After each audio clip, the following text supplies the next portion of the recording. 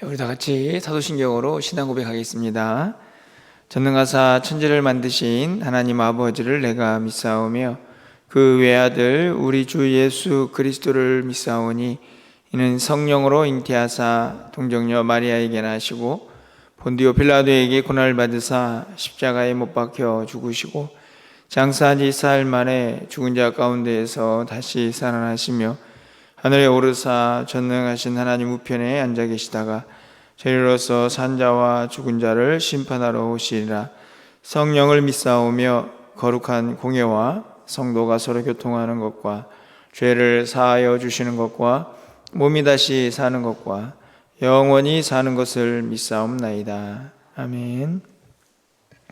우리 찬송가 14장 찬양드립니다. 주 우리 하나님 14장입니다.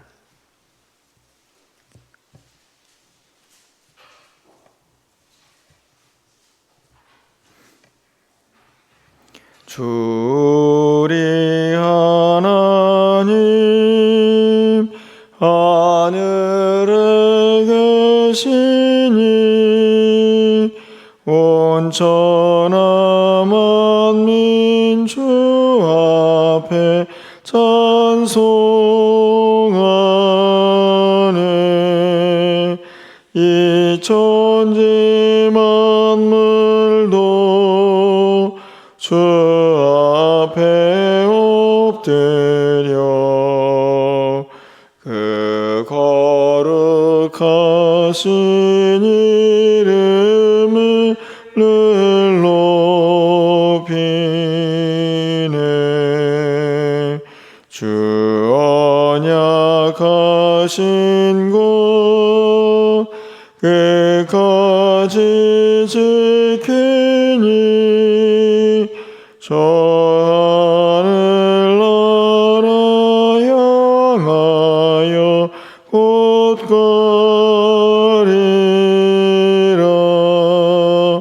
주 얼굴 배울 때 내 마음이 기쁘고 영원히 주의 영광에 찬양하리.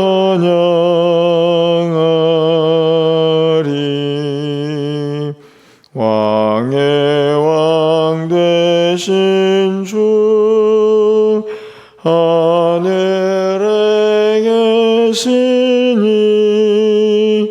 이 세상 죄악이 계신 구주 예수 저 천군 천사들 주 옹위하고서 무성도 함께 영원히 늘 섬기네.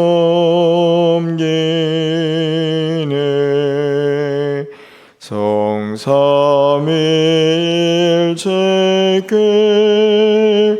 승리한 무리들 다 깊은 소리 높여서 감사드려.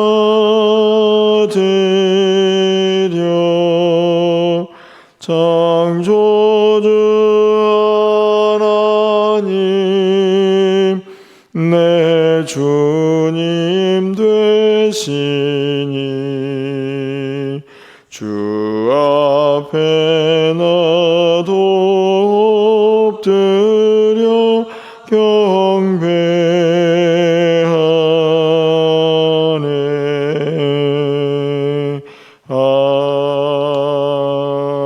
아멘. 하나님 말씀은 사도행전 17장입니다. 22절에서 31절까지 교독하겠습니다. 신약성경 218쪽에 있습니다. 사도행전 17장 22절에서 31절까지의 말씀입니다. 바울이 아레오바고 가운데에 서서 말하되 아덴 사람들아 너희를 보니 범사에 종교심이 많도다.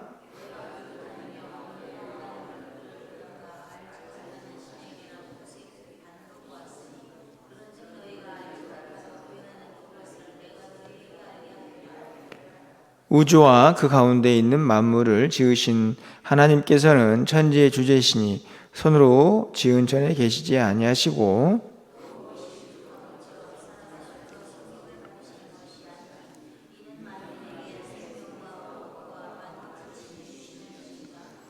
인류의 모든 족속을 한 혈통으로 만드사 온 땅에 살게 하시고 그들의 연대를 정하시며 거주의 경계를 한정하셨으니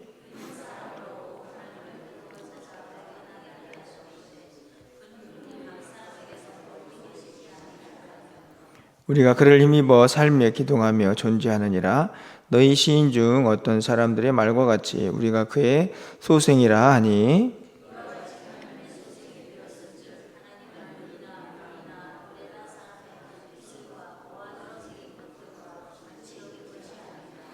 알지 못하던 시대에는 하나님이 간과하셨거니와 이제는 어디든지 사람에게 다 명하사 회개하라 하셨으니 이는 정하신 사람으로 하여금 천하의 공의와 심판할 날을 작정하시고 이에 그를 죽은 자 가운데에서 다시 살리신 것으로 모든 사람에게 믿을 만한 증거를 주셨음이니라 하니라. 아멘.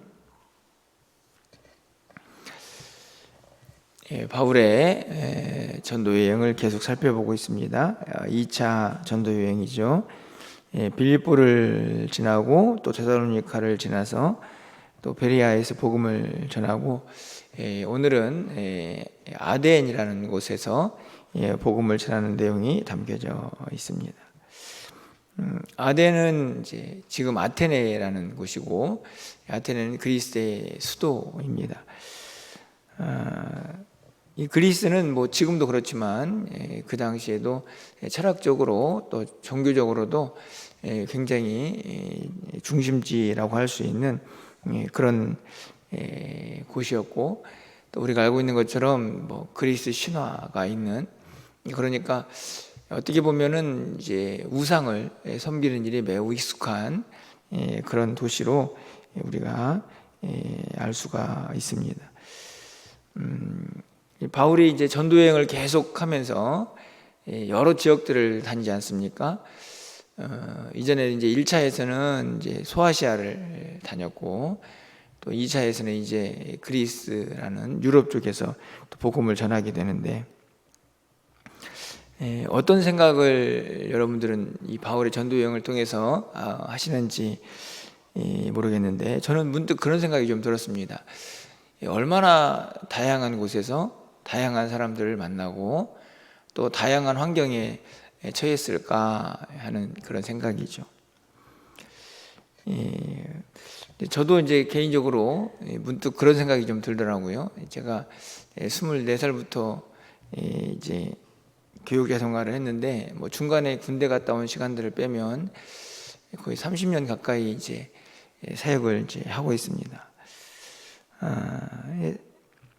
교회도 이제 여러 군데를 다녀봤고 또 여러 성도들을 좀 만나게 되었는데요.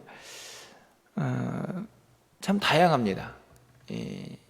뭐 대한민국에 있는 교회지만 교회마다 분위기도 다르고 또 강조하고 또 행하는 일들도 이제 목회자에 따라서 좀 그 방향들이 좀 다른 모습도 보고 분명히 또 그 안에 똑같은 하나님을 믿고 있지만 다양한 성도들을 또 만나게 되는데요. 바울도 마찬가지였을 겁니다. 어떤 지역에 가면 그 지역의 특징이 있을 거고 또 그러다 보면 또 그 지역의 사람들의 특징도 있었을 텐데요. 그렇게 여러 지역을 가면서 또 여러 교회를 세웠던 바울의 모습을 문득 좀 다시 한번 돌아보면서 참 대단하다 이런 생각을 해보게 됩니다. 저야 뭐 기존에 있던 교회에 잘 믿는 성도들이 있는 곳에서 이제 사역을 하고 또 하나님의 일을 했지만 바울은 전혀 하나님을 알지 못하는 또 예수님을 알지 못하는 사람들에게 복음을 전하고 그들을 통해서 교회를 세웠으니 얼마나 대단한가 얼마나 힘이 들었을까 이런 생각이 드는 거죠. 그래서 아마도 바울의 전도 여행에서 가장 중요한 것은 아마도 그 상황에 맞는 또 그 현실과 그 지역의 사람들의 어떤 성격, 성향 이런 것에 맞는 어떤 복음을 그들에게 잘 가르치는 것이 매우 중요했을 것이다 이런 생각이 듭니다. 복음 자체에 대한 변질은 아니지만 그들에게 어떻게 지혜롭게 그들의 형편에 따라서 그들의 어떤 지적 수준이나 관심사에 따라서 복음을 전하는가는 매우 중요한 일이었을까 하는 생각이 드는 거죠. 제가 이런 말씀을 드린 이유는 바로 이 아덴 사람들이 가지고 있는 종교적 특징 때문에 그렇습니다. 아까도 말씀을 드렸지만 이 아테네라는 도시는 많은 사람들이 철학적이고 또 어떤 신화적인 이야기들로 그렇게 관심을 갖는 그런 지역입니다. 그래서 세계 각국에서 아마 생각하기에는 그런 어떤 철학적인 질문을 가지고 있는 사람들이 다 모여들었을 것이다 라고 쉽게 우리가 생각을 할 수 있는데요. 16절 말씀을 보니까 바울이 이 아덴 사람들의 특징을 몇 가지 정리를 하는 것을 우리가 볼 수 있습니다. 간단히 살펴보면 16절에서는 바울이 아덴에서 그들을 기다리다가 그 성에 우상이 가득한 것을 보고 마음이 격분했다. 우상이 많았다. 이렇게 이야기를 할 수 있죠. 18절 말씀 보면 에피크로스, 스토아 철학자들이 있습니다. 바울과 쟁론을 했죠. 뭐 여러분들이 잘 모르는 이제 학파라고 할 수 있는데 둘 모두 다가 어떻게 하면 인간이 행복하게 살 수 있을까를 고민하는 이제 철학자들입니다. 에피쿠로스는 쾌락을 행복의 조건으로 이제 생각을 하죠. 우리가 생각했던 뭐 쾌락하고는 좀 다르지만 또 스토아 철학자들은 행복을 절제해서 찾습니다. 금욕하고 참고 완전히 상반되는 행복론을 추구하는 이제 학파죠. 그들이 논쟁을 한다고 한번 생각해 보십시오. 얼마나 많은 말들이 오고 가겠습니까?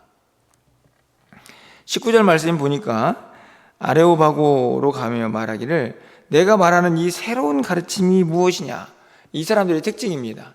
그러니까 워낙 말쟁이들이고 또 여러 가지 신화들을 가지고 있기 때문에 또 우상들도 많기 때문에 뭔가 좀 새로운 것만 보여지면 그거 쫓아가가지고 귀를 기울이면서 뭐가 새로운 것이 없나 이런 거를 이제 찾는 그런 특징들을 가지고 있었던 거죠. 그래서 21절 말씀을 보면 아덴 사람과 거기서 나그네 된 외국인들, 그러니까 이 새로운 것을 찾아서 온 사람들이라고 할 수 있습니다. 가장 새로운 것을 말하고 듣는 것 외에 달릴 시간을 쓰지 않음이더라. 너무나 이 사람들의 특징을 잘 이제 이야기를 하는 거죠. 좌우지간 새로운 것만 나타나면 귀를 기울이는 그런 사람들입니다. 그래서 이들을 한마디로 이렇게 성경이 정리합니다. 22절에 보면 너희들을 보니 범사에 종교심이 많다. 그렇죠. 바울이 평가한 아덴 사람들의 성향입니다. 종교심이 많다 하는 말은 신에 대한 탐구, 철학적인 뭐 논쟁 이런 것들이 굉장히 익숙해져 있던 사람들이었던 거죠. 그래서 23절 말씀을 보면요, 내가 두루 다니며 너희가 위하는 것들을 보다가 알지 못하는 신에게 라고 새긴 단도 보았다. 이게 무슨 말인지 아시겠습니까? 단이 있는데 제단이죠. 신을 이제 섬기는 제단인데 그 제단 중에 하나가 어떤 제단이냐면 알지 못하는 신. 여러분 이 말이 무슨 의미인지 아시겠습니까? 그러니까 예를 들면 여기에 신들이 있습니다. 뭐 제우스, 뭐 이렇게 신들을 만들어 놓고 그 신의 이름을 붙여서 단을 쌓은 거죠. 그러니까 거기에 맞는 신의 이름을 붙여놓고 그 신을 숭배했는데 이 사람들 생각에는 이런 마음이 든 거죠. 분명히 우리가 알지 못하는 신도 있을 거다. 그 신의 이름은 모르니까 무명의 신, 이해가시죠? 라고 하나 제단을 만들어 놓고 그 제단을 섬기는 겁니다. 대단한 사람들 아닙니까? 대단한 사람들입니다. 그래서 종교심이 많다. 자, 그러면 이렇게 그 지역의 성향의 사람들을 파악을 했으면 어떻게 복음을 전해야 할까요? 그들에게 맞게 복음을 전해야죠. 그래서 오늘 바울이 선택한 복음 전도의 방식은 예수 그리스도를 먼저 전하는 게 아니고 하나님에 대한 지식을 먼저 전합니다. 왜냐하면 그들은 신심이 많고 종교심이 많은 사람들이었기 때문에 그들이 알지 못하는 신을 섬길 정도니까 바울이 그가 알고 있는 하나님을 전하기 시작하죠. 저는 하나님 주신 지혜다 이렇게 생각합니다. 그들이 가지고 있는 성향과 여러 가지 상황에 맞게 무엇을 먼저 강조할 것인가. 물론 결국에는 예수 그리스도의 복음이지만 그것을 전하는 과정과 방식을 그 성향에 맞게 잘 선택하는 것도 하나님께서 바울을 사용한 결과라고 생각이 드는데요. 저는 우리도 마찬가지로 생각이 듭니다. 사역을 하고 복음을 전할 때에도 우리가 복음을 전하는 대상이 어떤 사람인가를 잘 이해하는 것이 참 중요하겠죠. 그것은 우리의 지혜로는 되지 않습니다. 하나님 주신 지혜라고 저는 확신하는데 바울은 그러했습니다.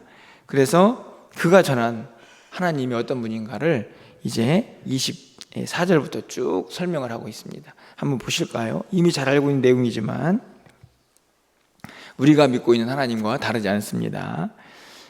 24절 말씀을 보면 우주와 그 가운데 있는 만물을 지으신 하나님, 그렇죠? 창조주 하나님.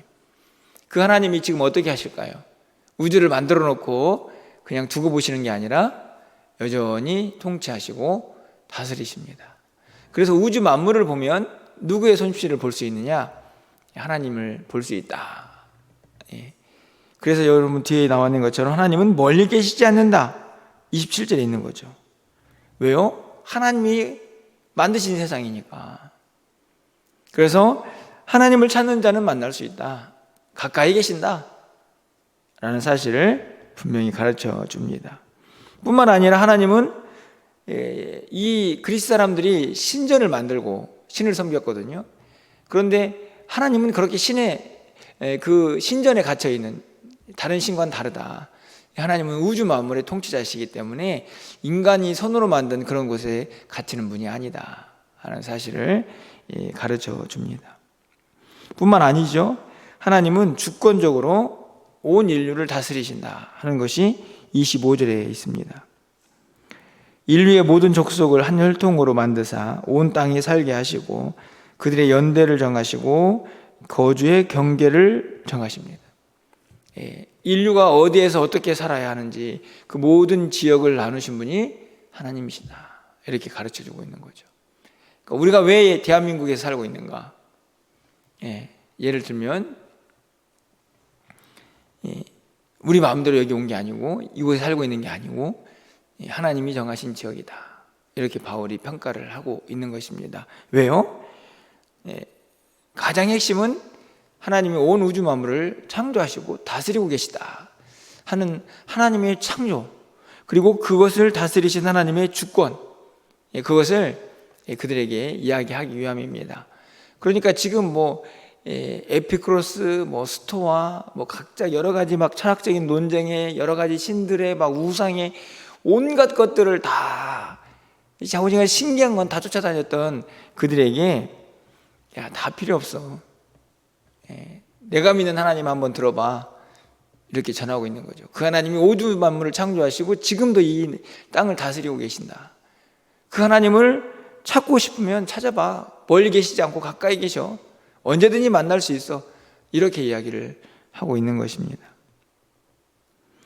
그러면서 참 제가 너무너무 좋아하는 말씀인데 이제 28절 말씀입니다. 우리 28절 말씀은 좀 함께 읽어볼까요? 28절입니다. 우리가 그를 힘입어 살며 기동하며 존재하느니라. 너희 시인 중 어떤 사람들의 말과 같이 우리가 그의 소생이라 하니. 이제 뒤에 있는 말들은 이제 그 철학자들이나 그 시인들, 그러니까 그런 신에 대해서 글을 쓰는 사람들이겠죠.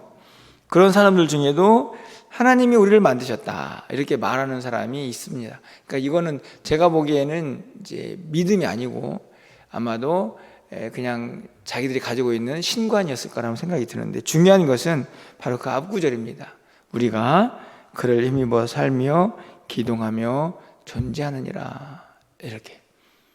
그러니까 하나님을 소개하고 결국에는 하나님과 우리가 멀리 떨어져 있는 사람이 아니라는 것을 가르쳐 주는 거죠.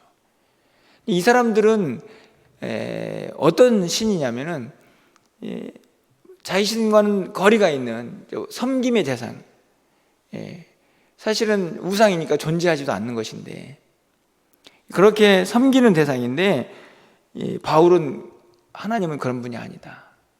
내가 전하는 하나님은 우리 곁에서 늘 함께 하시고 우리의 힘, 우리의 삶의 동력이시다. 그분이 나와 함께 하시고 우리는 그를 힘입어 살고 기동하며 지금 숨쉬고 있는 거다. 이렇게 그 하나님을 소개하고 있는 것이죠. 여러분, 그 하나님이 우리 하나님인 줄 믿습니다.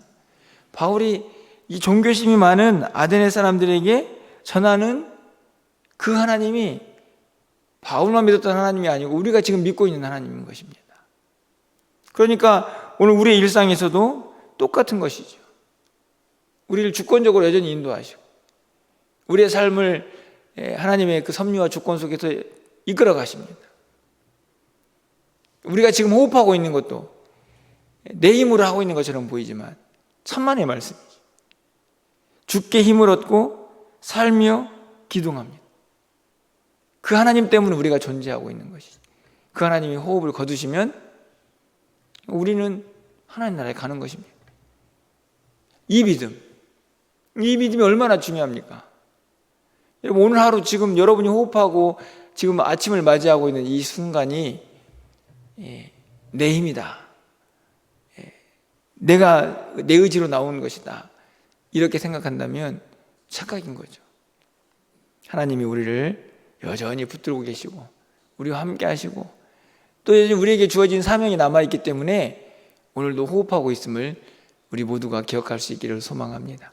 그것에서 감사가 나오는 거고 기쁨도 나오는 거고, 또 한 날을 살아가면서 지치지 않고, 아니 조금 지칠지라도 누구에게 도움을 구하겠습니까? 하나님 힘 주십시오. 제가 하나님의 힘으로 살아가고 있지 않습니까? 그렇게 기도할 수 있는 것이죠. 그렇게 하나님을 잘 설명하고, 거기가 끝이 아니지 않습니까? 그 하나님이 무엇을 하셨어요? 이 땅에 예수 그리스도를 보내셨죠. 그래서 이제 30절, 29절 이제 쭉 나오면서 31절에서는 이제 30절에서는 회개에 대한 이야기를 하다가 31절에서 이렇게 이야기합니다. 여러분 잘 보십시오. 이는 정하신 사람으로 하여금 천하의 공의로운 심판날을 작정하시고, 하나님의 주권 속에서 한 사람을 택하셔서 이 땅을 심판하기로 작정하시고, 이에 그를 죽은 자 가운데서 다시 살리셨다. 이게 누구냐면 예수님이시죠. 하나님께서 이 땅에 인간의 몸을 입고 예수 그리스도를 보내셔서 그분을 이 땅 가운데에서 온 천하 만민을 심판하는 심판주로 보내셨습니다. 그분이 다시 살아나셨어요. 모든 사람에게 믿을 만한 증거를 주셨어요. 그러니까 그분을 믿는 사람들은 이 심판으로부터 자유로운 하나님의 사람들이 될 수 있다. 이렇게 가르치고 있는 거죠. 사실은 이것을 잘 보면 예수님은 저 끝에 한 구절 나와 있는 것처럼 보이지만 이 모든 일은 무엇 때문이냐? 바로 이 아테네 사람들의, 이 아덴 사람들의 종교심이 많은 그들의 성향 때문입니다. 하나님을 전하고, 그리고 그 하나님이 어떤 하나님이셨냐, 무엇을 행하셨느냐라고 말하면서 복음을 바울이 전하고 있다 하는 것이죠. 이 복음이 바로 오늘 우리에게 와 있습니다. 제가 이 말씀을 읽으면서도 얼마나 감사한지, 그리고 또 정말 또 감사하게 된 것은 바울이 이렇게 열심히 전하고 함께 하고 싶었던 그 복음을 저도 이렇게 성도님들과 함께 말씀도 하고 가르치기도 하고 또 저 역시도 그 복음으로 은혜를 받으면서 또 이렇게 살고 있으니 오늘 새벽에는 말씀을 준비하면서도 참 감사하다 이런 생각이 참 많이 들었습니다.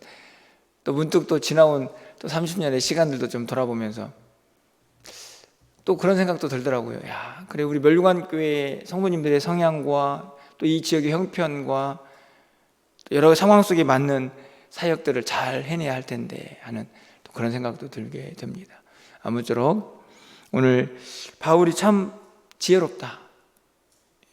그 아덴 사람들의 그 정교심이 많은 그 성향들을 잘 파악해서 또 복음을 잘 전하고 있는데 그 가운데 하나님, 우리가 믿는 하나님이 어떤 하나님인가를 너무나 잘 전하고 계십니다.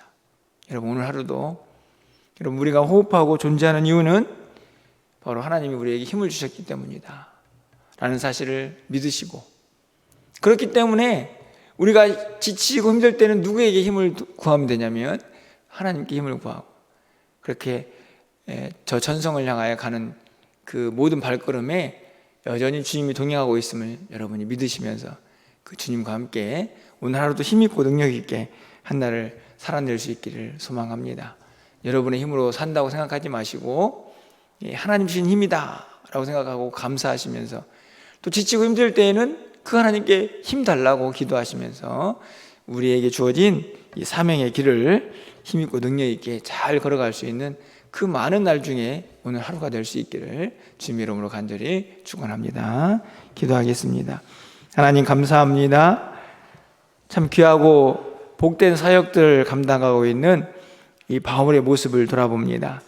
아덴이라는 곳에 도착해서 종교심이 많은 그들을 바라보면서 또 그들의 성향에 맞는 복음을 전하고 있는 이 바울의 모습, 이 지혜가 오늘 복음을 전하는 우리 모두에게도 있게 하여 주시고, 무엇보다도 바울이 전했던 그 하나님이 우리 하나님인 것을 믿음의 눈으로 고백할 수 있도록 인도하여 주시옵소서. 오늘도 하나님, 우리가 하나님을 힘입어 기동하고 존재하고 있습니다. 감사합니다. 오늘도 눈을 뜨고 새벽을 깨울 수 있도록 인도해 주심을 감사합니다. 오늘도 그 은혜 잊지 않고 감사와 기쁨으로 하나님 앞에 나가게 하시고, 오늘 우리가 지치고 힘들 때마다 우리의 힘드신 주님 앞에 도움을 구하며 그 하나님과 동행하는 우리의 삶이 되게 하여 주시옵소서. 오늘 한 날 우리의 모든 삶을 주께서 인도하여 주셔서 우리가 만나는 모든 사람들에게 또 때를 따라 돕는 은혜로 복음을 전하며 그들에게 예수 그리스도를 증거할 수 있도록 하나님 도와주시옵소서. 오늘 저녁에 있을 금요 기도 가운데도 함께 하시고 우리의 한날의 삶을 온전히 주장하여 주셔서 주님과 동행하며 주의 영광 드러내게 하여 주시옵소서. 예수 그리스도 이름으로 기도합나이다. 아멘. 오늘도 말씀을